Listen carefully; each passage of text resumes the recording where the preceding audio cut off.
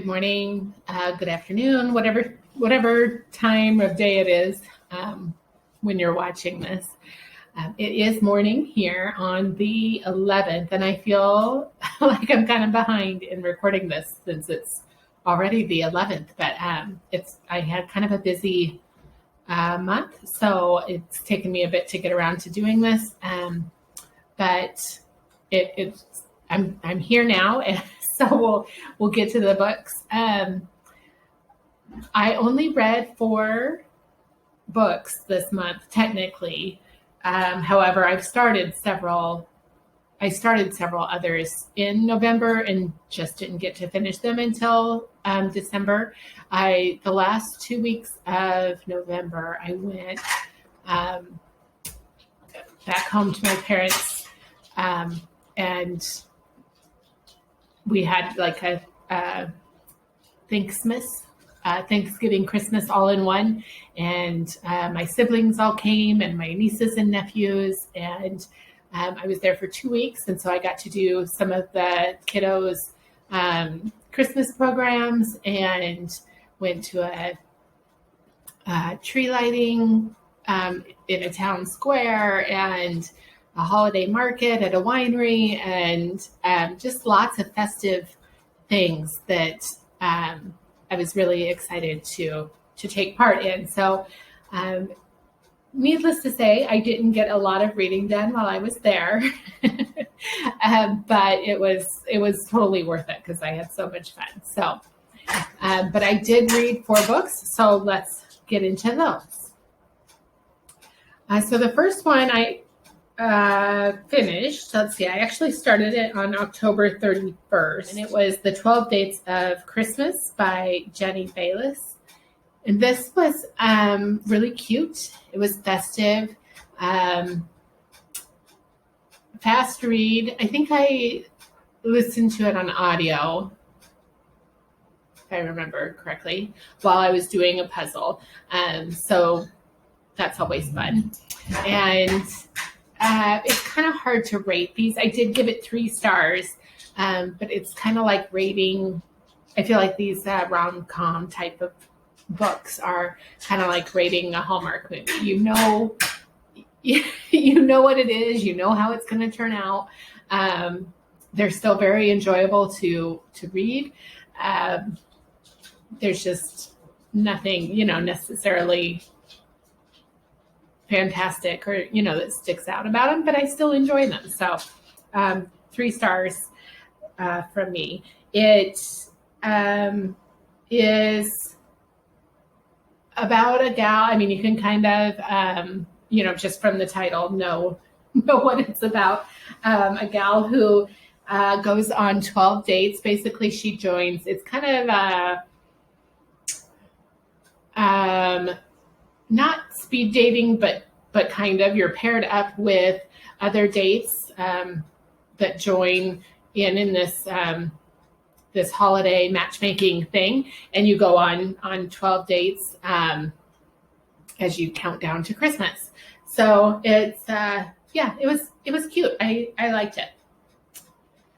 Then I read Piranesi by Susanna Clarke, and it, I've heard a lot of reviews on this, and a lot of people love it, but they do warn that it is confusing at the beginning and takes a while to get into, and I agree with all of those statements. And you can't really say too much about it without giving anything away, because by the time you start kind of seeing where it's going, you're already halfway into it. So that being said, I don't know how much I can say here. I did give it 3 stars. I did feel like I a little too slow for me getting into it and a little too confusing. I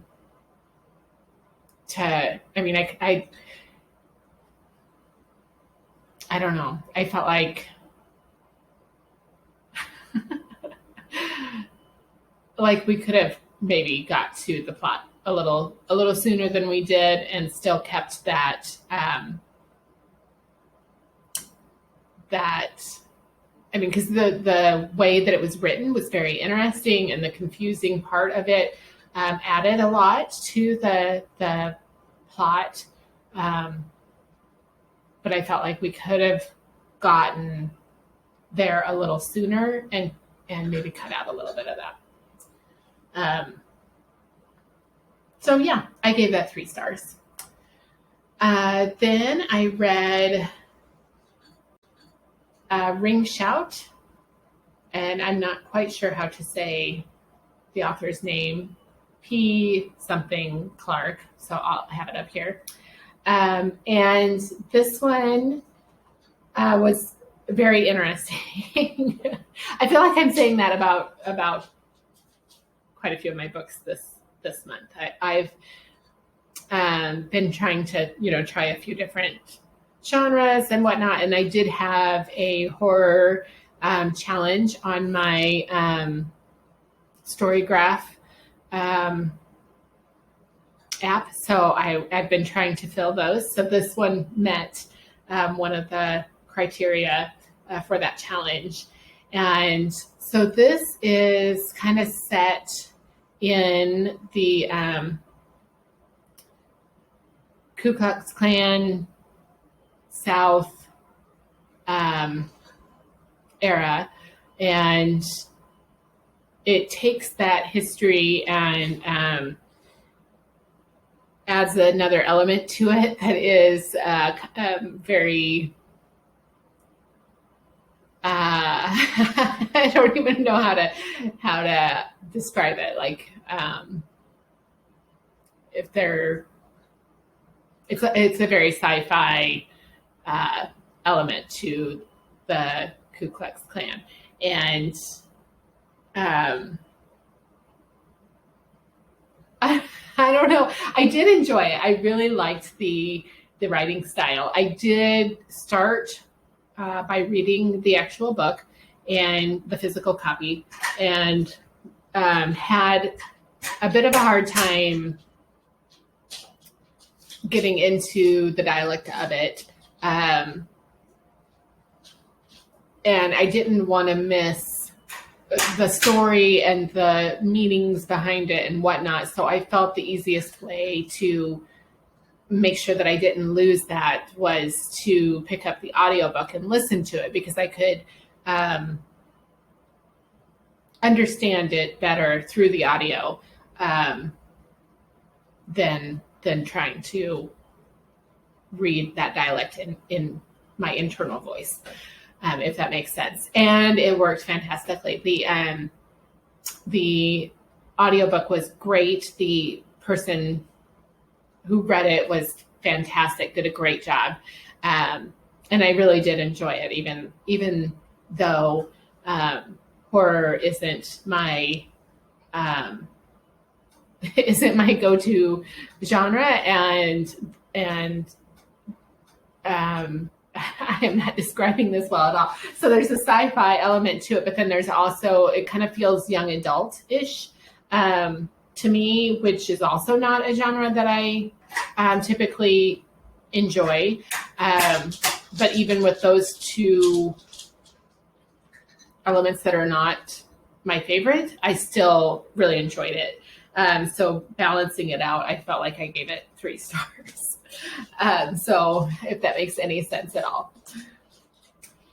Then I read, as part of, I think I've mentioned in previous videos that I'm taking part in this traveling book club, where we're writing our notes in the book, and then we send it to the next person. And I think we have a group of 5 or 6 people. And then you get your original book back with everybody's notes in it. And we all have a different colored pen so that you can see who wrote what.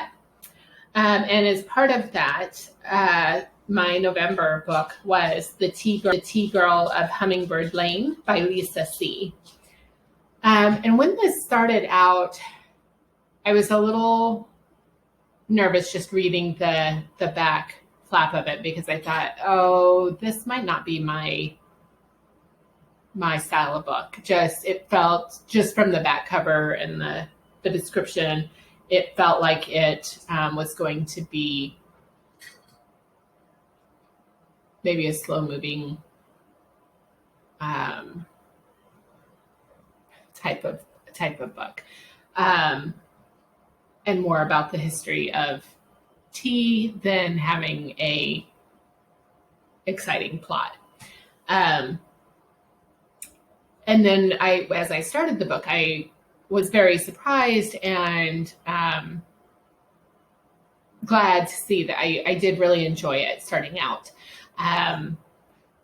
It did pique my interest right away. Even though it's taking place in 1980s, 88, it seems like sticks out to me, but somewhere in there, the culture of the people that are picking the tea leaves in this little community are very cut off from the rest of the world. So it feels like it's more like 18 something. I don't know, 17 something even. Like, I don't think they don't have running water. They don't have, their housing is very thrown together. And as well as their rules and beliefs and superstitions and culture feels very outdated and historic. So I found that to be very interesting. And I had to keep reminding myself that it was 1980s. So I was very interested until about the halfway point, I think. And then things just kind of started feeling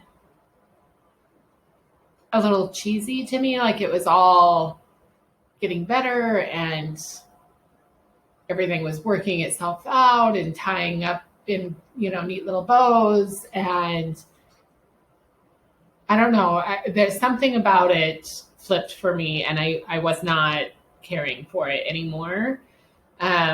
So the average star rating on Goodreads is 4.26, and I ended up giving it 2 stars. So I feel bad because I did enjoy half of it, and maybe the first half I should have given more stars to.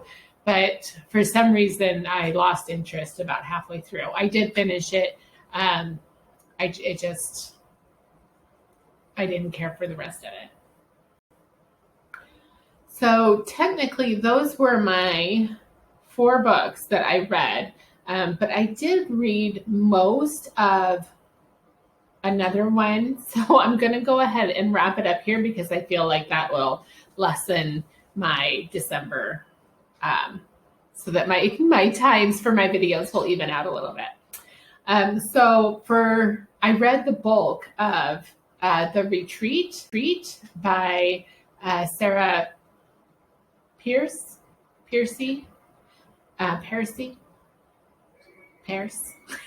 I'm not quite sure how you say her last name. But anyway, this is the second in a series of, let's see, what's the actual series? Detective Ellen Warner series. And I don't feel like you need to read the first to enjoy the second at all. But from what I gathered towards at the end of this, I feel like there's going to be a third, and it feels like elements from the first and the second are going to be carried forth into the third. So if you have any intention of going into the third, I would think you would need to read both the first and the second one, if that makes any sense. So I really enjoyed this one.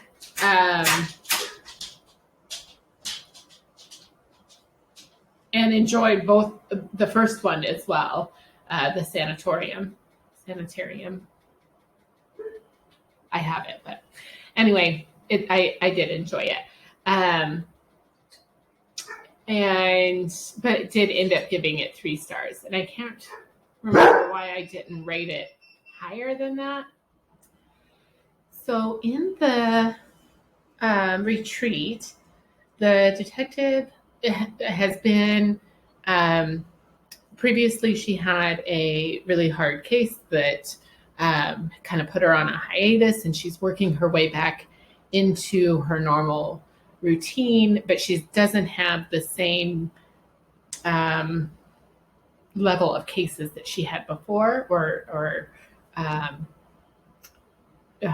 what do I say? Like, they're not so much murder cases and whatnot. So she, there is a fall at this retreat from a balcony that looks like an accident. And so she is sent to investigate it. And this happens to be a retreat that her boyfriend, who is an architect, helped develop or design. So with the thought being that this was an accidental fall, it'll be a fairly easy case to investigate and wrap up. Her and her boyfriend decide that they are going to go spend like a long weekend at the retreat, just as a getaway. So she's going to go investigate this fall, and then they'll spend the weekend together at the retreat.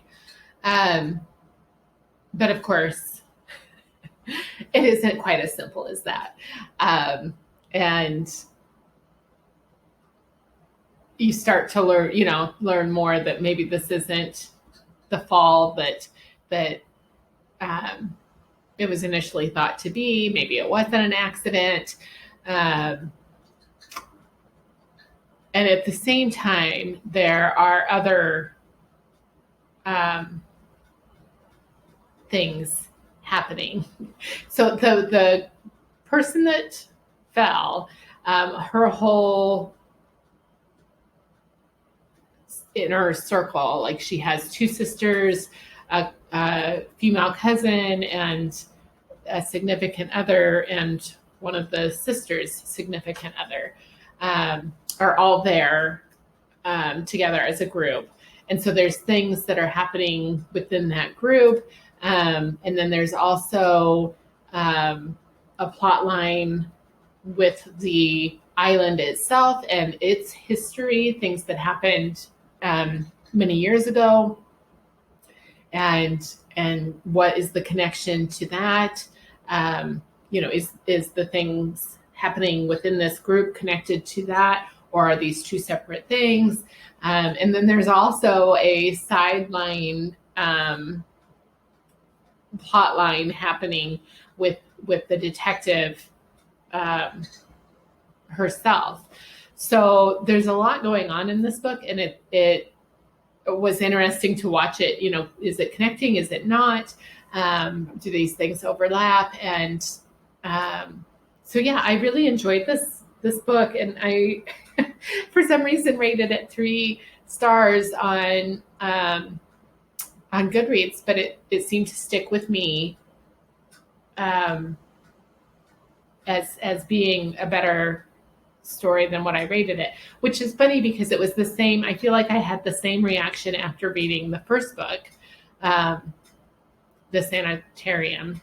And at first I think when I initially got done reading it, I felt like it was a 3-star, but it really has stuck with me since and made me want to read the second book. So, sometimes that happens, and I'm not really sure why, but it's one that I remember very well, and it kind of stuck with me. So I feel like my rating has probably grown since I initially finished it. So I would say, even though I rated it 3 stars on Goodreads, I'd say it's more of a 3.5 to maybe even a 4-star. So I would recommend it. And I'm excited now already to read the third book, which isn't even out yet, or as far as I know, as far as I know, it doesn't have any kind of release date to even put on my anticipated reads yet. So, but I will definitely be watching for it. Anyway, those were the books that I read mostly in November, and a little into December. But yeah, so that's my November reading wrap up. Thanks for being here, and I'll catch you next time.